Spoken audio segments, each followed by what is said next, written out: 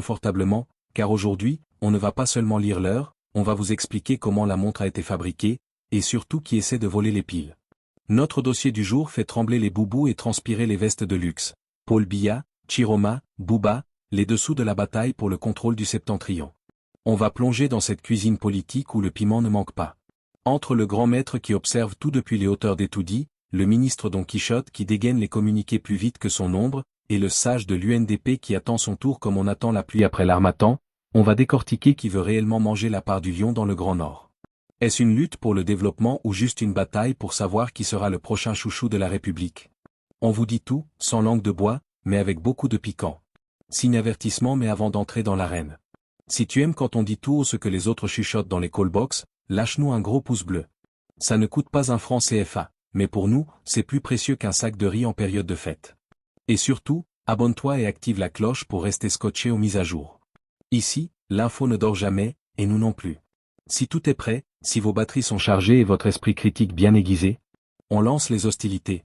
Alors que les échéances électorales se profilent à l'horizon, une question brûle toutes les lèvres dans les salons feutrés de Yaoundé et sous les hangars de Garoua, Maroua et Ngaoundéré. Qui tiendra réellement les rênes du Grand Nord? Longtemps considéré comme le socle inébranlable du pouvoir de Paul Biya, le Septentrion est aujourd'hui le théâtre d'une guerre d'influence feutrée, mais impitoyable, entre alliés d'hier et rivaux de demain. Le triangle de pouvoir, Biya, Chiroma, Bouba. Pour comprendre ce qui se joue, il faut observer ce trio qui maintient l'équilibre, parfois précaire, de la région depuis des décennies. Un Paul Biya, le stratège du grand équilibre. Pour le chef de l'État, le Septentrion, constitué de l'Adamaoua, du nord et de l'extrême nord, n'est pas qu'une simple région, c'est un réservoir électoral massif. Sa stratégie repose sur le partage du gâteau. En nommant des fils du Nord à des postes prestigieux, il s'assure une paix sociale apparente. Cependant, le président doit aujourd'hui faire face à une jeunesse septentrionale qui se sent délaissée par les vieux lions de la politique. De Issa Chiroma Bakari, l'allié de fer. Le leader du FSNC, Front pour le Salut National du Cameroun, est l'un des communicateurs les plus ailés du régime. Son rôle? Être le rempart contre toute opposition radicale dans le Nord. Dans la vie actuelle, imaginez les meetings à Garoua. Chiroma utilise son éloquence pour convaincre les populations que leur salut passe par le maintien de l'alliance avec Paul Biya, malgré les difficultés économiques. Il joue la carte de la stabilité face au chaos. 3 Bello Bouba Maïgari, le sage de l'UNDP.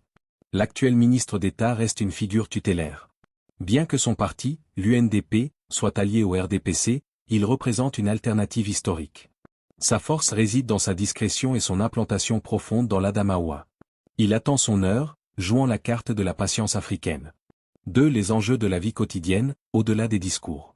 Si en haut lieu on parle de contrôle politique, sur le terrain, la réalité est plus complexe.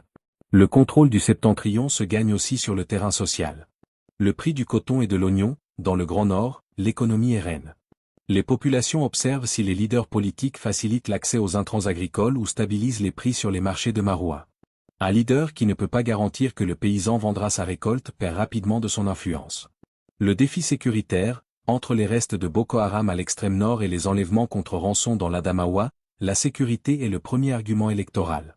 Le contrôle du territoire signifie ici la capacité à rassurer un éleveur que son bétail ne sera pas volé. La fracture numérique et éducative, on voit émerger une nouvelle classe de jeunes diplômés dans le Septentrion. Ces derniers ne se contentent plus des promesses de 1982. Ils utilisent les réseaux sociaux pour comparer leur niveau de vie à celui des autres régions, créant une pression inédite sur Chiroma et Bouba. 3 Les dessous d'une bataille de succession. Pourquoi cette agitation maintenant? Parce que l'après-Biya est dans tous les esprits. L'analyse de l'expert, le Septentrion estime que, selon un pacte tacite de rotation, le fameux Nord-Sud, le prochain président devrait être issu de leur rang. La bataille actuelle entre Chiroma, Bouba et les cadres du RDPC comme Kaveye Djibril vise à déterminer qui sera l'interlocuteur unique le moment venu.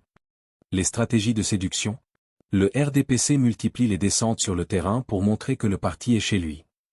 Les alliés, FSNC, UNDP, tentent de montrer qu'ils sont indispensables, sans nous, le RDPC perd le Nord.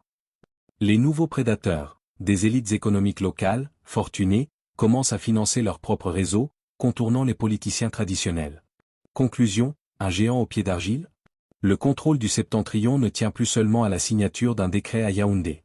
Il dépend de la capacité de ses leaders à répondre à la soif de développement d'une population jeune et de plus en plus exigeante. Si Paul Biya garde la main haute grâce à l'appareil d'État, la rivalité entre Chiroma et Bouba fragmente l'électorat, laissant une porte ouverte à de nouvelles forces politiques.